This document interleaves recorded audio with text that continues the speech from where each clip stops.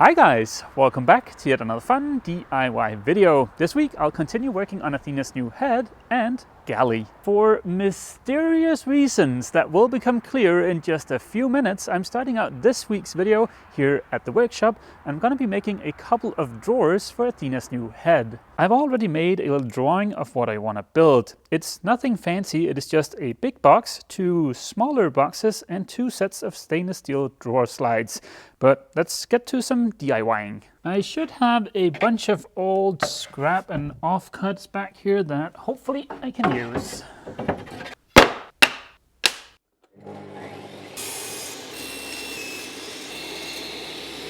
These are all the pieces for the outer box that's going to house the two drawers. Let's go ahead and put this together.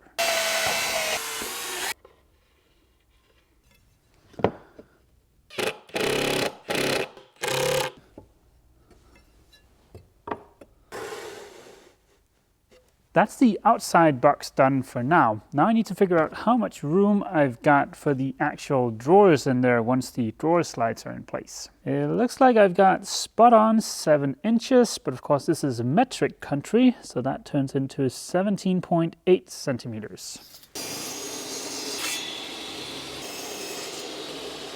Now for the assembly of the drawers. This is a nice snug fit.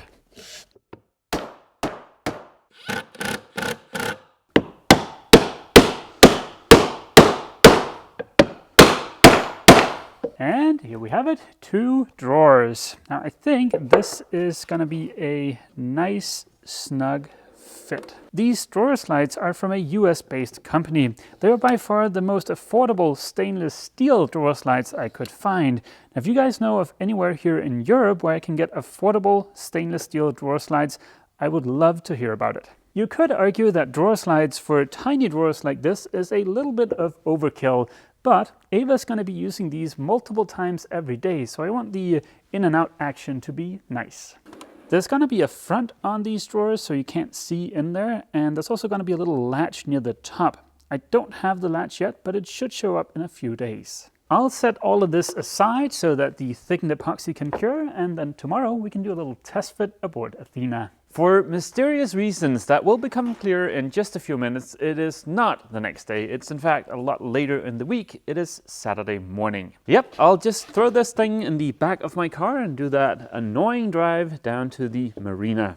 The drive down to the marina might seem like a silly thing to find annoying, but it is kind of annoying having to go back and forth with materials and tools. But yeah, let's head down there.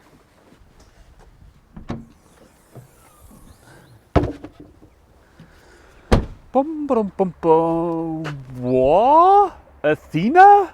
What are you doing here? I wasn't kidding when I said it was annoying to go between the workshop and the yard.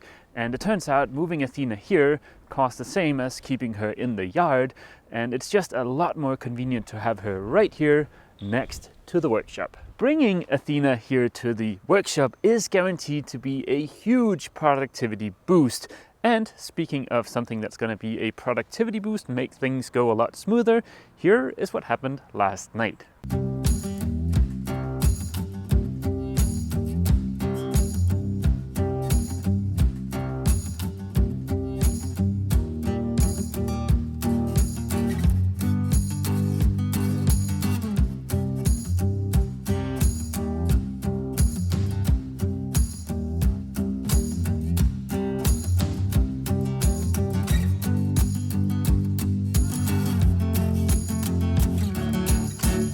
We built 2 stairways to heaven, one for Athena and one for the cement boat, which is also going to get moved here next week. Needless to say, running up and down something like this is both safer and a lot quicker than just a regular old boring ladder. We've got an ungodly amount of non-skid on here. This should be very safe for both humans and dogs. The one leaning against the wall is for the cement boat. This one is for Athena. I'm gonna wait a few days to put it up because it is ridiculously heavy, and I've got lots of other stuff on my to-do list for this weekend.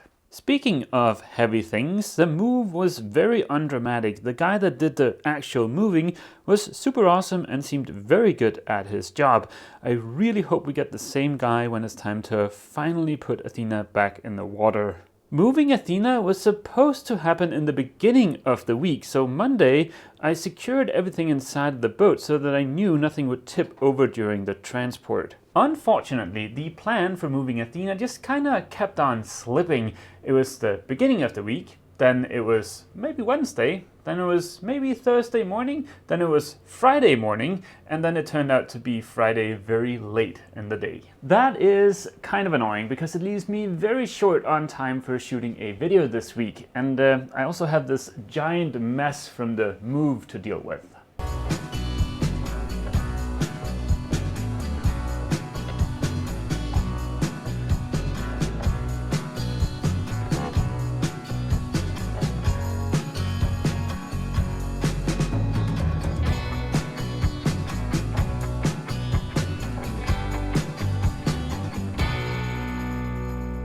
Ta-da! Staircase to Athena.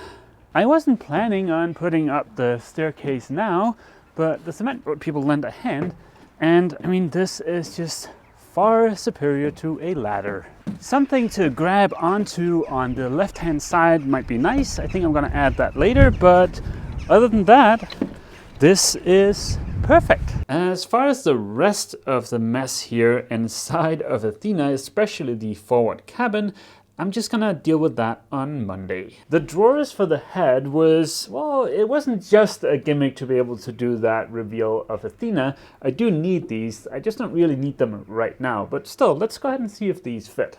Okay, so they're gonna go right in here.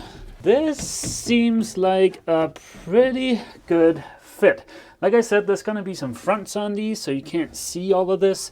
That's also why I just used some screws there, because, well, you're never gonna be able to see that. This should be the latch I mentioned earlier for the drawers, but I don't really like these. They are horrendously expensive for what you get.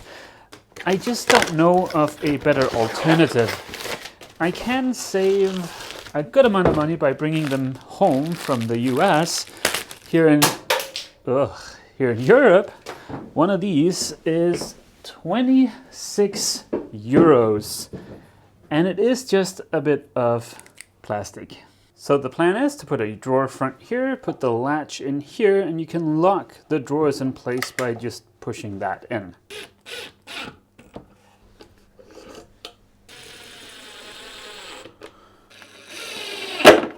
I am gonna have to remove the drawer slides to paint everything because I want to make sure this is all sealed up. The drawer slides are also a little bit of overkill. They are designed to hold a small size elephant, not beauty products. And that is what these drawers are built to hold. They are specifically designed with the height of Ava's body lotion in mind. So yeah, I hope she'll like these. I wanted these to be drawers rather than little lockers because that way when Ava's standing here in front of the mirror, she'll have all of the stuff she needs right here. She doesn't have to bend down, she doesn't have to go into the bottom of a locker. It's just gonna all pull out and be right here next to the sink. The position of this box is going to get adjusted depending on what kind of countertop we go with here in the head. You might think it looks like I've wasted a lot of space here, but the deck slants quite a bit, so out by the hull, there's not a lot of space there. For this bulkhead here, I'm playing around with the idea of bending acrylic or polycarbonate or whichever one it is you can bend really easily and have it match this curvature here in the bulkhead so that this all becomes one giant mirror. But I don't know how easy that's going to be to pull off. But yeah, that's just to say I've left a little bit of a gap here so I can figure out what to do. Enough with the drawer situation. Even though I haven't been able to do a lot aboard Athena this week because of the move, I have still managed to figure out a bunch of stuff. Like, for instance, what conduit to run here inside of the boat. This is 50 millimeters or 2 inches. I did get a lot of comments when I was building the settee suggesting to put in conduit over there, But the thing is, there's not really going to be a lot of electrical stuff over there. All the stuff that's going to need to go forward is going to be over here in the galley. This is where the washer dryer is going to go. This is where the fridge and the freezer is going to go. Basically, all of the stuff that requires electricity is going to be on this side of the boat. Before finishing the galley, I'm going to put in 3 or 4 runs of this stuff to run stuff back and forth here. Now the DC setup here aboard Athena is going to be a little bit different compared to other boats her size. There's not going to be a ton of small gauge wires going back and forth, but yeah, we'll get back to all of that in a later video. That's just to say that this should be plenty. Something else that we figured out this week was the sink situation. I think I mentioned it in last weekend's video, and I think we found a really good solution. I managed to find a sink that is as wide as the big sink we were considering, but doesn't extend in as far as that big sink, and that was my main concern.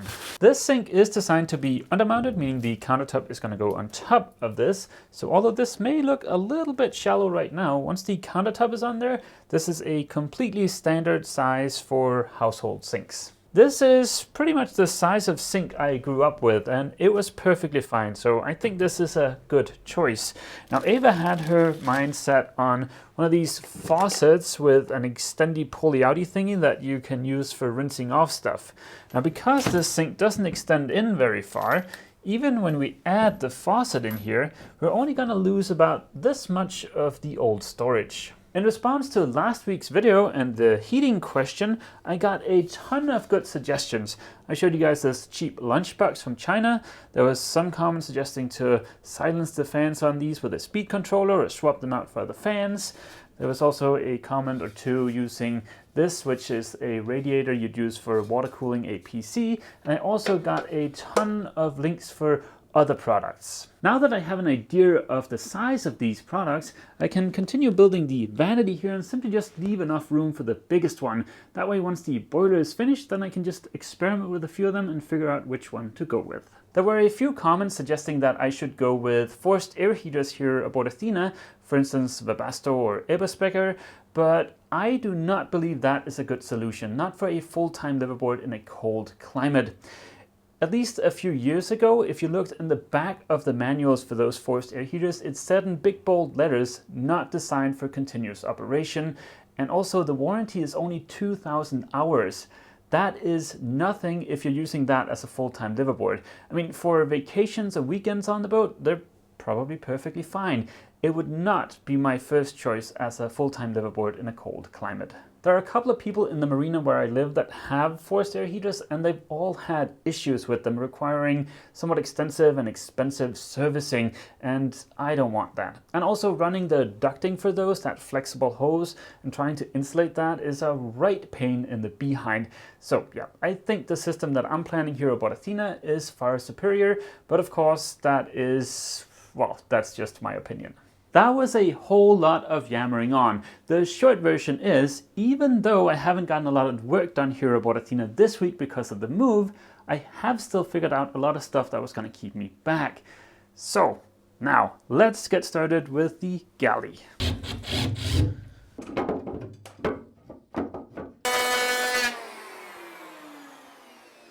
It turns out the original bulkhead I used to position these two pieces of plywood with was not 100% parallel to the main bulkhead, because of course, why would it be? So yeah, I don't think it's enough that it's going to be an issue in the galley here. I just want to make sure this doesn't look sort of skewed or anything.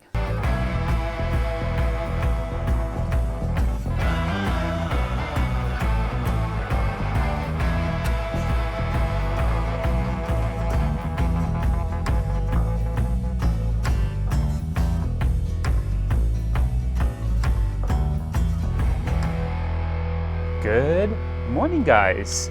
It was a little bit of a fiddly process yesterday, but I finally got the little extension pieces for the galley tabbed on there with a glass butt joint. But then when heading home, I realized there was something I forgot to do. I don't know how long I'll feel safe working aboard Athena today. We're supposed to have pretty strong winds today, gusting up to around 60 knots, and the cradle she's sitting in is kind of untested. So yeah, I guess the upside to all of this is tomorrow I'll know if the cradle is trustworthy. Right now the wind is not so bad, so let's just head up.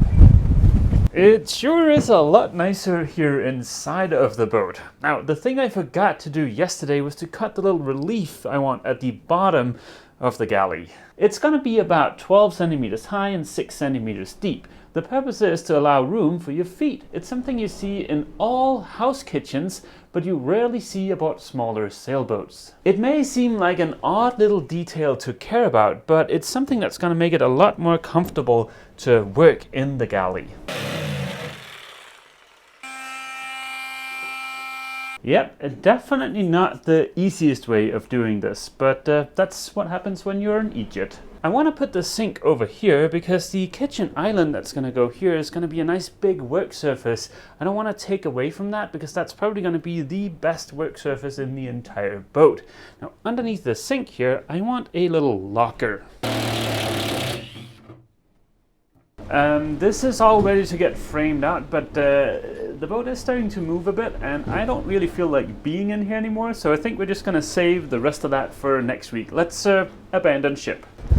I mean, it is not uncommon for the boat to kind of rock in its cradle. It's just I don't know this cradle. If this had been down at the yard, I think I would have felt perfectly safe, but yeah, no need to risk it. Looking at the cradle from down here, everything seems okay. I'm sure I'm gonna get a ton of comments suggesting various things I could build to help support the boat, but in reality there is nothing I can do right now. And like I said, I'm sure she's gonna be perfectly fine. I just don't want to be up there. Before ending this video, I want to thank all of those of you who commented with helpful comments on last week's video. And you're right, if I chop off the corner of the gimbal box, it'll be allowed to gimbal out further. Now the reason for the dimensions of the box is because that's the same as a standard size kitchen cabinet over here, meaning that the oven fits in there. And that means that the box will fit any standard size kitchen cabinet oven. So I'll save chopping off the corner as a last resort, but it's definitely an option. The cement boat people just texted to see if I had any big fenders I weren't using for the impending storm. So I better grab this guy and head down to the marina. One last little thing. In response to last week's video, I got a bunch of comments asking if I was really going to be cooking at 30 degrees worth of heel. And no, I did not say that. What I said was when I searched online, it looked like the acceptable gimbal range for a stove is between 20 to 30%. So that's the range I'm aiming for. I have no plans of cooking standing like this. That would be supremely uncomfortable and probably also very unsafe. So yeah, with that said, I hope to see all of you guys back here next weekend for more DIY fun and absolutely no moving boat around chaos. So yeah, as always, feel free to leave a comment down below, and don't forget, if you've enjoyed this video, remember to leave a like. See you!